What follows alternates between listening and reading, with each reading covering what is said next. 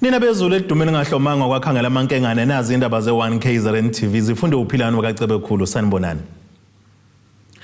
Nazo ke zona ehamba phambili namuhla. Isoka libulala Intombi layilengisa. Injabulo beMkmva Benikwa izindlu kanti iFF izilungiselela ukwethula owezethembiso. Sanemungela kwindaba zethu ze1KZNTV. Sashaqakele namanje umphakathi wasebumbaneni embabe kwesakamthethwa ngakambonambe inyakatho nelekaMthaniya kulandela ukutholakala kwendodakazi yakulomndeni ebulewe inamanxeba okugwazwa esehlakalweni yokusola kusona ke obelisoka layo naye osezilengisile. Ekhuluma neziko le indaba umalume kamufi wesilisa uDumisane Mkhwanazi uthi uphelela ngamazwi njengoba bekungekho ngxabano phakathi kwalezi ithandani ebingazi iholele kulesihluku. Utholakala ke Ezilengisa endlini uNdume Khumalo osola ngokubulala Intombi engumama wezingane zakhe ngokuyilengisa ngemuva kwalokho naye wabese isikhunga endlini abelele kuyo. Umndeni uma usilandisa uthi ke bavuka ekseni njengenjwayelo umama omdala womfana uyena kujwayela ukuthi amvuse njalo ekseni nangempela ke wenze njalo kodwa kuthe emebona engqongqoze endlini umfana engaphenduli uzameka ningana ukuba uvula umnyango nokuthe uma esevula wabona lesi sigameko. Bebuya bobabili ngeze baxoxa eminyango. Awu ngithengizwa lapho kusho ukuthi bathe banokho akuvuleki baphenye badonsa iwindi nje amawindi enje badonsa elilodwa ngale emuva. Kusho ukuthi babona ukuthi kwenzekeni. Ngezwe sebekhala bathi hawu ingane yenze nje hawu nami ngiphumeke kule yandlu. Bese ngithi ngiyabuka namawu ngilunguza hawu intombazane lele phansi umfana uyalenga phezulu.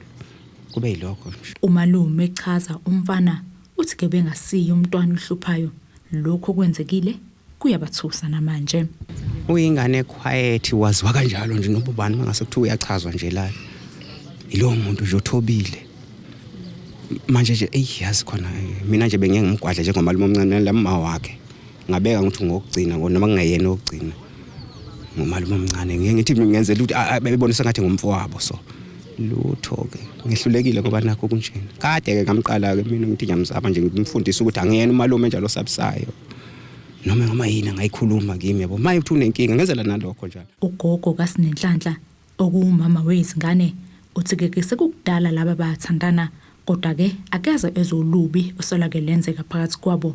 Uthi ke kumthusile ukuthi kusekwenzeke lesi sigameko njengoba yena ubesitshela ukuthi ke kuyothenga umfaniswano wengane zesikole uma sezwe lezi zindaba uyazishwama. Akukho bekuyilelo hlala nje uthi awusuhamba nje usekwamkhona usehamba nezingane. Nala sehamba isizathu engisukuthiwa mangibuza ukuthi wahamba washiya ingane pho manje uye bathi nangu ubaba wakhona kuyafonelwana nangu ngaphesheya komfuyo umhlangabezi pho ingane zasaya hayi ukuthi uyayithengela iuniform nazo nje ngishezi isho njalo uthi ubaba uthatha umama wathi uyosithengela iuniform yena ezohamba naye uhambe naye. Mina nje ngithula imali esitobhini mhlawumbe uqoma isigebengu sabalimaza engasathi lokuyela emkhuba.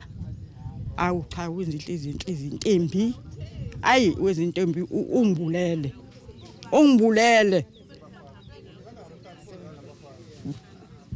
Imeyo masipala umfolozi ibe sisigxeka kakhulu ke lesi sigameko. Owesilisa kusolakala ukuthi ukwaze owesifazane mama wengane zakhe maqede nawaseyayilengisa. Ngakho ke umuntu yasigxeka kakhulu lesimo lesi siyafisa nje ukuthi umuntu alishumayela ivangeli lokuthi mangabe kunengxabano akuhlalwe phansi kuxoxiswana bese kuzoba okwesibili wayethi ke umntwana umafungasa umntwana Phumzile omholi weIFP uma wesilisa eqale nje wakubeka isandla so sekufanele uqhele obokulandela kuzoba ummese.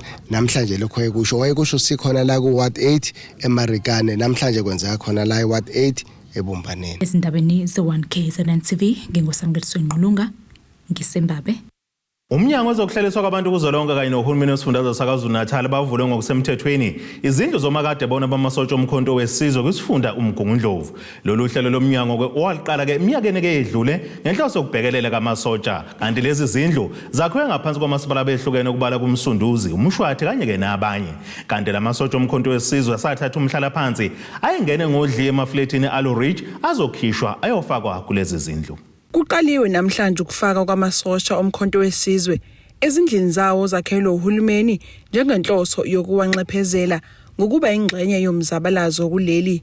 Phambilini ingxenye yamasosha omkhonto wesizwe yathukuthela yangena ngendlovu yangena emafletini ahulumeni aluRidge eMgungundlovu athi angeke akhokhe ngoba awakheliwe izindlu zawo ayethenjiswe zona. Ohlomlile kulezi zindlu ubeke kanje. Bese ngibone ngathi into engeke isenzeka yabo ngendlela esidonse ngayo isikhathi eside. So okwenzeke namhlanje hayi it's a dream come true wabona ngoba into engakade ngiyilindele kuba ne-shelter abantwana babe nekubo nathi sibe nekwethu nokwabo. Iphini likaNgqongqoshe eMnyangweni wezokuhlaliswa kwabantu kuzwelonke uPhem Shwethe uthi bajabulile ngalolu hlelo. Sizonikeza izikhiya ku-military veterans esasizithembisile ngoko esasinenkinga ne-aluRidge sisithi mhlawumbi kwakukhona into ezongasithembi ukuthi xa sinikhupha apha sizanika izindlu. Sakhomitha kubo ukuthi asizonikhuphela estrateni ngoba umthetho awuvumi. Sizothi ke namhlanje kuba sasithethile sithi sizawunika izindlu sizothi izindlu sizakhile today sizawunikela izindlu ezi-12 ku-military veterans. Aziphelanga apho ziyakhiwa yonke indawo siqale apho silapha eMswati but the whole of KZN. Ungqongqoshe walomnyango kwisifundazwe KwaZulu-Natal uSipho KK Nkosi uthi basebenza ngohlu lomnyango. Abantu ababalelwa ukuthi babe ngamasosha la asebavela phambili bawu-4,000 and something kodwa ngenkulu ibhadi i-Department of Military Veterans engaphansi kwe-SNDF iyona esinikeza uhla ke sinike lona abantu aba-verified as amasosha ayekhona lenkululeko babalelwa la ku-32. Unkosi uthi izindlu zihlukile. Zinhlobo ezimbili zezindlu esizakhayo njoba uyibona lezi zinkulu kanje zinamakhaphoti na yonke into nangaphakathi ukuveza iyona ke i-requirement ezindlu zamasosha kodwa labe singeke sibe naso isiqiniseko from iDMV ukuthi babe ngamasosha ukuphela oba iDMV ukuphela enalelo lungelo lalo sizobakhela ke izindlu ezijwayelekile o40 square meters. Ukuvezile ukuthi izingqinamba azisekho. Yabo nje Copsville savinjwa ngabe kade sazakhe izindlu khona savinjwa ngabantu bomphakathi wafanele sixoxisane nabo sixoxisane eside isikhathi sasagcina sivumelene njoba niyibonileke izindlu nakhona izobe seyiphelile ngenyanga ezayo. Ezindabeni ze1KZNTV nguAyanda Dube semgungundlovu. Iqembu le-Economic Freedom Fighters EFF KwaZulu-Natal lithi izibekele ukuba ke likhulise izihlalo zalo eshamthetho sesifundazwe ukuze lizokwazi ukuba nezwi uma ngabe ke lilwela izimfuno zabantu. Leli qembu lisho lokho lokushinla kwamasha eThekwini ngesikhathi lisingethe umcimbi wokugqugquzela abantu ukuthi bephume ngothi labo bezothamela umcimbi womqingo wezethembiso ozokuba seThekwini ngenyanga ezayo. I-EFF ithi kufuna ukuthola amavoti azokwazi ukuthi babe nezwi lanele uma bekhuluma ngezimfuno zabantu eshamthetho. ANC njengamanje sifundazwe saKwaZulu-Natal isaqhubeka nokuthi iphathe i-majority ye-legislature ingakho ke sithi abantu bethu abaqhubeke ke manje bayibonile i-EFF ilwa kakhulu esifundazweni saKwaZulu-Natal where we are holding uPremier accountable for izinto akade ezikhuluma ezingafezekanga. Sikhulumile kakhulu ngokuthi izikole zilungiswe esifundazweni saKwaZulu-Natal. Sakhuluma kakhulu nangendaba yokuthi kuye kwaba nesihlangalelo lapho izikole bengayitholi izinto ze-nutrition lapho kade kube nethenda khona yaka-Pacific evele yafeyila kakhulu. So i-EFF kakhulu was in the center of fighting for abantu bakwaZulu-Natal. So sithi abantu bethu abaphume manje ukuze bezosinikeza i-voice kwisifundazwe sesishayamthetho saKwaZulu-Natal lapho sizokwazi khona ukuthi uma sikhuluma silaleleke ngoba as long as i-ANC controls the majority yesifundazwe saKwaZulu-Natal nathi noma esikulilwayo kodwa bavele bavote in their majority and i-voice yethu igcine ingazwakali singakwazi ukuthi sibalelwe abantu bakwethu. Ngonyaka odlule kwaxoshwa amalunga leli qembu emva kokuhluleka ukuhlinzeka abantu ngamabhasi kade libungaza eminyaka eyishumi lasungulwa.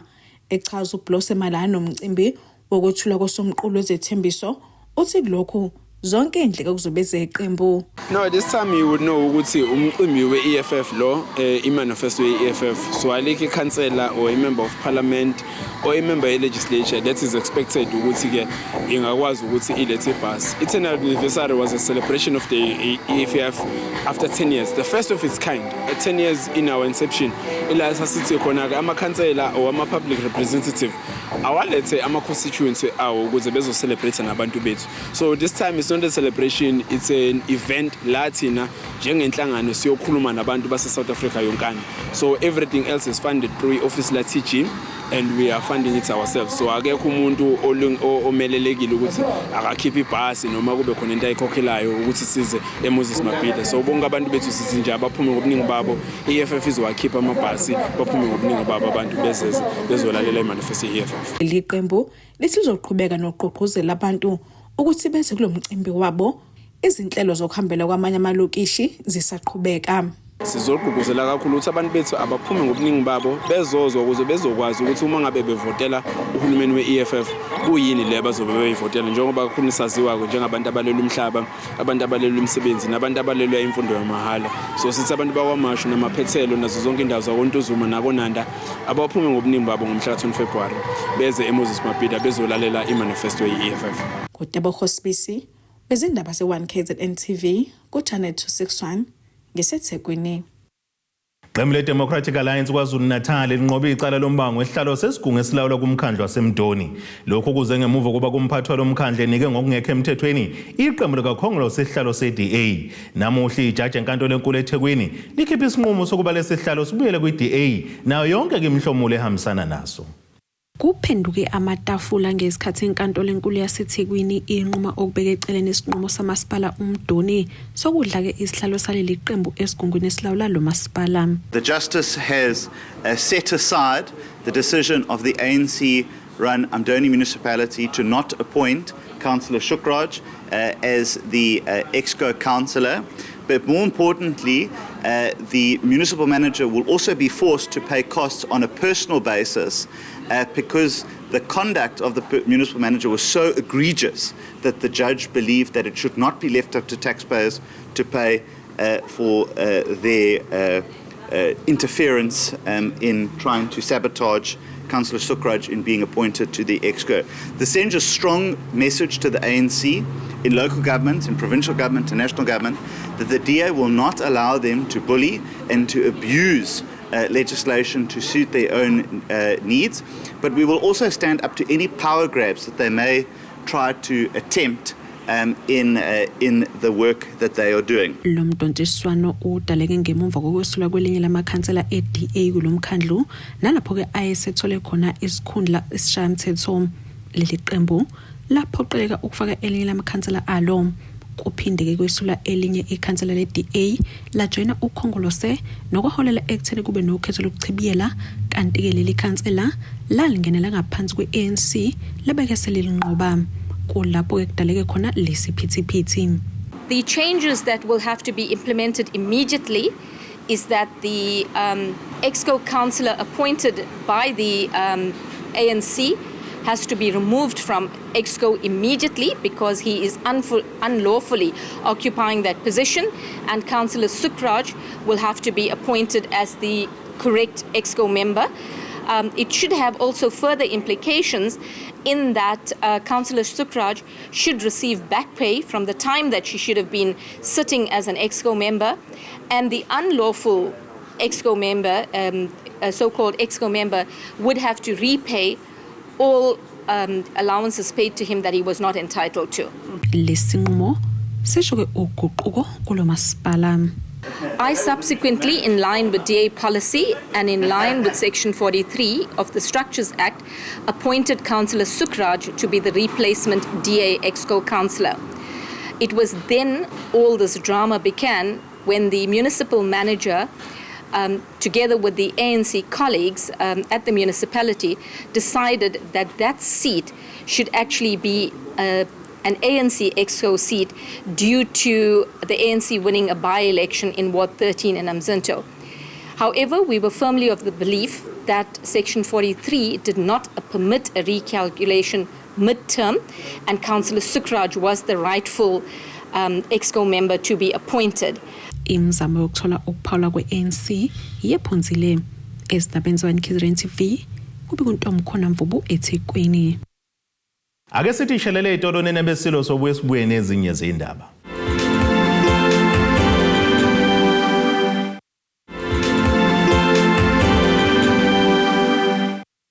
Asibonge ukuphinde sinamukeleni nabendlove namandla ukuthi nisahleli nathi nje kwindaba ze1KZNTV. Nazo izona ndaba ehamba phambili namuhla. Isoka libulala intombi layilengisa. Injabulo beMkmva Benikwa izindlu kanti iFF izilungiselela ukwethula owezethembiso. Emva kokuhlasela kwesiphepho esinamandla endaweni yaseMtubatuba enyakatho KwaZulu-Natal ngenyanga kaMfumfu ngonyaka wedlule, mningi umonakalo wasala okuhlanganisa imizi yacekeleka phansi kanye nezikole. Kuze kube imanje ezinye ke zezikole zikalungiswa nokushiya kuyitwetwe kubazali njengoba izikole zizovulwa ngosuku lwangolesithathu. Abanye babazali basophondweni bazwakalisa ukujabha kwabo ngongalungiswa kwesikole isigcino primary. Emva kwesiphepho esinamandla sahlasela endaweni yaseMtubatuba ngonyaka owedlule ngenyanga kaMfumfu, kwasala imizi nesikole sicekeleke phansi. Kuze kube imanje ezinye zesikole azikalungiswa nokushiya abazali benetwetwe lokuthi bazokwenza njani ngabantwana njengoba izikole zivula ngosuku lwangolesithathu. Abanye babazali basophondweni eMtubatuba bakhathazekile ngokungalungiswa kwesikole isigcino primary esacekeleka phansi ngesikhathi sesiphepho. Ngiphatheka kabi ukuthi ungaze kube yilesi sikhathi ukuthi isikole sivulile ekubeni izikhukhula zafika ngonyaka ophelile. Kodwa sinohulumeni wethu kusiphatha kabi ngempela ukuthi izingane ezincane ezifunda la ziwela imfula. Asinayo imali ukuthi singashintsha uniform manje mangathiwa lesi sikole asivuleki siyofunda kwezinye isikole. Izikole kuthiwa ziyavulwa kodwa isikole sinje. Manje asinayo uniform yokuyothenga ingane ukuthi sizise kwesinye isikole, asazi senze njani. Ziyavulwa kodwa kule viki ezayo izikole. Isikole esinje lokhu samoshala ngonyaka ophelile. Ulako likhona kubazali ungagcina kuze kuphuma isidumbu kodwa sithi sinohulumeni ngoba phela abazali njengoba sabekwa nje thina kwathiwa asigadi isikole sibe umkhandlu. Abazali babuka thina uhulumeni oseduze. Ila khona bangafika khona kuqala kushiswa imizi yethu nemizi yobaba silahlekelwe izimpilo zethu. Ngiyacela kakhulu ngikhuba kakhulu manje lento angisazi noma uhulumeni sinaye noma sinaye. Uma kube uhulumeni sinaye sicela sukumele phezulu kulolu daba ngoba imoya yethu ayisekho mihle. Nothisha omkhulu siyafonelana naye bayamfonela ngisho abazali akasalali naye angifonela athi hey sihlalo angisazi nami kuthini ngoba ngiyamthinta umhloli ngiyayithinta idepartment kodwa akukho ukuqhubeka kuyaphambili. Ngibhlungu kakhulu ngalesi sikole. Ikhansela lendawo lethundunankulu esifundazwe wabikelwa ngalomonakalo ngenkathi ehambele eMtubatuba ukuyobheka umonakalo owadalwa yisiphepho. Kanti leli ikhansela liphinde laveza ukuthi nehhovisi likaMongameli wezwe lathumela umuntu ukuzobheka isimo kule ndawo. Ulimala ke kwalesi sikole sakubika kanye nazo zonke izikole zasilimalele ewadini. Sakubika kuPremier uNdunankulu uNomsadube efikile emkhandlweni wethu eMtubatuba. Saphinde futhi sakubika kufika osuke eofisini kaPresident umhlonishwa uRamaphosa okwakubaba uSithole. Naye esuswe yizo njalo iphepha ezwile emsakazweni ebikelwa. Ngakho ke siyacela ukuthi ke beselekelele phela ngoba ngokuthola ngeSchool Governing Board kanjalo nothisha omkhulu sekukaningi bexhumana nedepartment nesecretary ukuyazisa ngomonakalo osekhona ongakalungiseki namanje. Ngakolunye uhlangothi umnyango wezemfundo uthi zingama28 izikole ezacekeleka phansi ngaphansi kwesifunda uMkhanyakude kanti uwenza yonke imizamo ukuletha amagumbi angomahamba nendlwana azosiza ukuba kuqhubeke ukufunda nokufundisa. Ezindabeni ze1KZNTV kubika uThabani Maphumulo eMtubatuba. Ufuna ke impendulo enkampanini kaloliwe Transnet umndeni wakwaMadlala eMerene Hill eThekwini KwaZulu-Natal ngokungafezwa kwalokho kubizwa ngezethembiso ezenziwa yile nkampani kulandela ukubhidlika kwajantshi wesitimela udiliza izindlu kwabe sekudlula emhlabeni ilungu lalomndeni ngesikhathi kunezikhukhula ngonyaka u2022. Ulinda amadlala uthi kuze kube imanje badunguza ontwini kanti okubhlungu sebephoqele ukuquba komakhelwane kwazise nendle yasala isesimeni isibeka ke engcupheni impilo yabo. Kuvuka umunyu adindisililo amalungu omndeni wakwaMadlala uma elanda ngesigameko eswehlele ngesikhathi kunezikhukhula ngonyaka u2022 lapho kwadlula emhlabeni ilungu lawo ngesikhathi elwelwa indlu lilele ngemuva kokubhidlika kajantshi wesitimela nowabe usubhidliza indlu. Kwagugule kulayini weza nje lesime khona nje kwakuyindlu la ekhaya enkulu. Unfortunately kwakulele undodana wami uyena lo owalimala ngiyalezo zikhukhula za 2022. Ithembiso ababesithembise zona Transnet babethe bazobuya bezele ekhaya bazohlola la phansi ukuthi kumele yini ukuthi kuqhutshekwe kuhlalwe la noma kumele basitholele enye indawo uyezwa sisi. Okunye abasithembisa kona basithembisa ukusifaka emsebenzini permanently. Kumanje nje angisebenzi ngaye kakwayimina itoho lami ngoba kwakungelona itoho elitheni kwakuyitoho elokuthi ngiphile ngikwazi ukuthenga isinkwa ngoba sasikhulisa zona lengane yabo. So kubhlungu ngokuthola kweziko lezindaba leli lungu eladlule emhlabeni lalikade lifunda umatikuletsheni selilinde imphumela yalo yezivivinyo. Laba bathi ke yize abakwa Transnet bafika besadidekile emqondweni kepha babaxhasa ngesamba semali engu-20,000 noma randi bazibophezela ke uthi bazoletha onjiniyela ababezohlola igceke ngenhloso ukuba bakhelwe kabusha umuzi baphinde ke bafake emsebenzini kuyona le nkampani amalunga lomndeni. Ngokusho kwawo sebephenduke onde ngasithibeni njengoba ke le nkampani ingasababheki. Iy'ngane zami zihlala emizini yabantu azihlali la ngoba le ndlu ikhilekile ngawa noma inini. Le ngane yami azihlali la zihlale ehlobeni.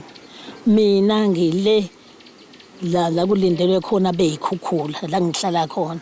Kubuhlungu ngane yami kuqaqamba inhliziyo kumina iyajomba ngifikele ukuwa ngisho ukupheka lapha ngiyaziwashela into engangiwashi ngoba ngiyagula ngisho ngihlala ngedwa nje ngisiphololwane ekubeni le mali yempesheni ngaqala phansi ngithengele izingane ukudla kuwumena ngike lapho la ngihlala khona ngingedwa nazilale zingadlili izingane azidlili ngoba phela kukhona nje oyedwa osebenzayo.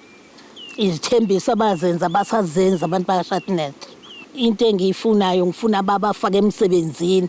Ngifuna bangakheli umuzi abawusho ngihlale nale ngane zami.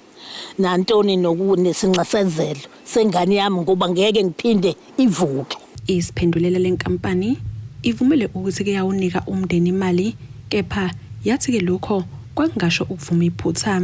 Iphinde yaveza ukuthi amalunga lomndeni anikwe ithuba lokusebenza ngenkontileka kanti nalapho kakusho ke ukuthi ke babezoqashwa ngokuphelele. Iveze nokuthi ke akukho lapho ekeyenza khona isithembiso sokwakhela lomndeni kanti yaphawula nangezimfundiso abazenza emphakathini ngobungozi ke bokwakha eduze nojaji bestimela. Esindabeni zwa1KZNTV kubi kuntombi khona mvubungisi eThekwini. Imeka kamasipala waseMzumba ogwini oseningizimu nelikaMthani ubongani news uthi bazobhekelela abantwana abaqhamuka emakhaya antulayo ngemfundaze ezobalekelela ukubhalisa ke ikhungweni zemfundo ephakeme nakumakoliji okuthuthukisa amakhono akhethwe yibona. Kuzohlomula abafundi abaqhamuka emakhaya kabazali abahola ngaphansi kwe4,000 imiholo kuma ngabe ihlanganisiwe. Ekhuluma neziko le ndaba uNyuswa uthi abantwana abasebenza kanzima ngokuzimisela ukuphumelela umatikuletsheni ngakho bayadinga ukwesekwa.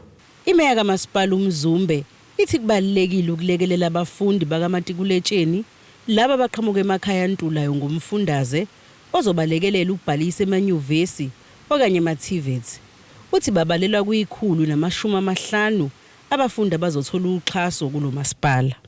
Lana sibeke ibudget la siyasithi khona silekelela abantwana babethu abaphasile umatric ukuthi abahambe bakwazi ukuthi bayothola imfundo ephakeme kodwa njengoba kuyi-mayoral registration program kusho ukuthi sibanika imali yokurejista. Sinethemba ke lokuthi uhulumeni uyakwazi ukuthi mawuse ungaphakathi as long as umitha ama-requirements abekiwe ngokwemiqathango ya-NSFAS bazobe sebekwazi ukuthi bathole i-NSFAS. Kulo nyaka ophelileke bekade silekelele abantwana ababalelwa ku-150 esithembayo ukuthi namanje bangase bafinyelele kuloso sigaba. Iqhuba uthi ukuze umfundi alekelelwe kumele uma sekuhlanganiswa izimpesheni ezimbili imali ibe ngaphansi kwe4,000. Ubuya emndenini ikakhulukazi ohlwempu kakhulu ngoba abanye bakhona ba-affordayo abazali. Lo hlwempu kakhulu besimkala ngokuthi akube ukuthi ekhaya umhlomulo ongenayo ngenyanga akube ukuthi umhlomulo olingana noma ongaphansi kweimpesheni eziwu2 zabomkhulu. Kusho njengamanje ngicatha omkhulu ngathi kuthiwa bala ku2100. so akufanele ke ukuthi uma ngabe ekhaya kungena umhlomulo ongaphezulu kwa-4,200 bese wena uthi cha uzoqualifya ama-chances okuqualifya akekho kuwena. Ube eseduduza labo bafundi abangeke baphumelele ukuthi akulahlwa mbele kungakufela. Engithemba ukuthi bonke abantwana bethu bazofaka ama-applications base siyawaprocessa-ke ngaphakathi. Likhona ikomiti eseliredi njengamanje wonke ama-applications mayefika aprocesswa uqualifye uthole i-response from masipala. Siyaqonda ukuthi ama-level amazinga ethu okuyimisela abasesikoleni kuyenzeka angalingani. Kungenzeka kube khona abangaphumelelanga grade 12 sifisa ukusho ukuthi kulabo akuyona ukuphela kwempilo lokho. Kusho ukuthi buyele emuva uyoplan impilo yakho. Abanye bayakwazi ukuya e-TVET College with grade 10 osunawo uqale nawo uhambe uyofunda ukuze impilo yakho ibe ngcono. Ngaphandle kwemfundo ikusasa lakho alizukwazi ukuthi libe ngcono. Lolu hlelo luzovalwa ngomhla ka-28 kuFebruary 2024. Lo mbiko benwethulelwa uZamando Sicele wezindaba ze1KZNTV ngisemzumbe. Ake siphinde sithi ishelele etorweni nebesilo sobuye sibuye nezinye izindaba.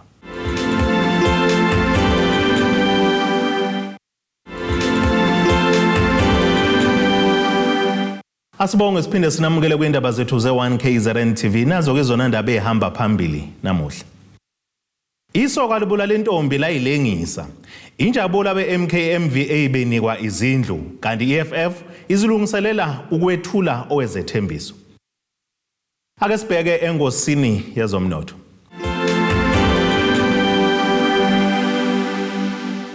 Iranda kuleli ngu-18.61 kuyidola laseMelika libe ngu-20.42 kuyi-euro yase-Europe libe ngu-20.75 kupondo waseBrithani kanti intengo yegolide yona ngu-$2,035.73 ounce kuthi intengo yayo engahluziwe ibe ngu-$77.41 umphongolo. Ake sibheke engosini yezemidlalo. Iqembu lesizwe lakuleli bafana lizoke kumdlalo walo wakusasa wokuvula umqhudelwano we-Africa Cup of Nations neqembu laseMali linesquad esiphelele kulandela ukubuya kwabadlali baleli qembu bekunokukhathazeka ngabo. Abadlali bebafana oRonwen Williams, Mothobi Mvala noThemba Zwana bebenokuthinteka kubika ukuthi sebeqalile ukuziqeqesha ngokugcwele neqembu elikhulu ngaphansi kweselibukhali lodokotela. Leli qembu lesizwe lizokuthi uma ngabe lisuka kumdlalo walo ke neMali wakusasa bese lizilungiselela umdlalo walo wangesonto neqembu lesizwe laseNamibia. Ake sibheke nasesimo sezulu esingalindeleka.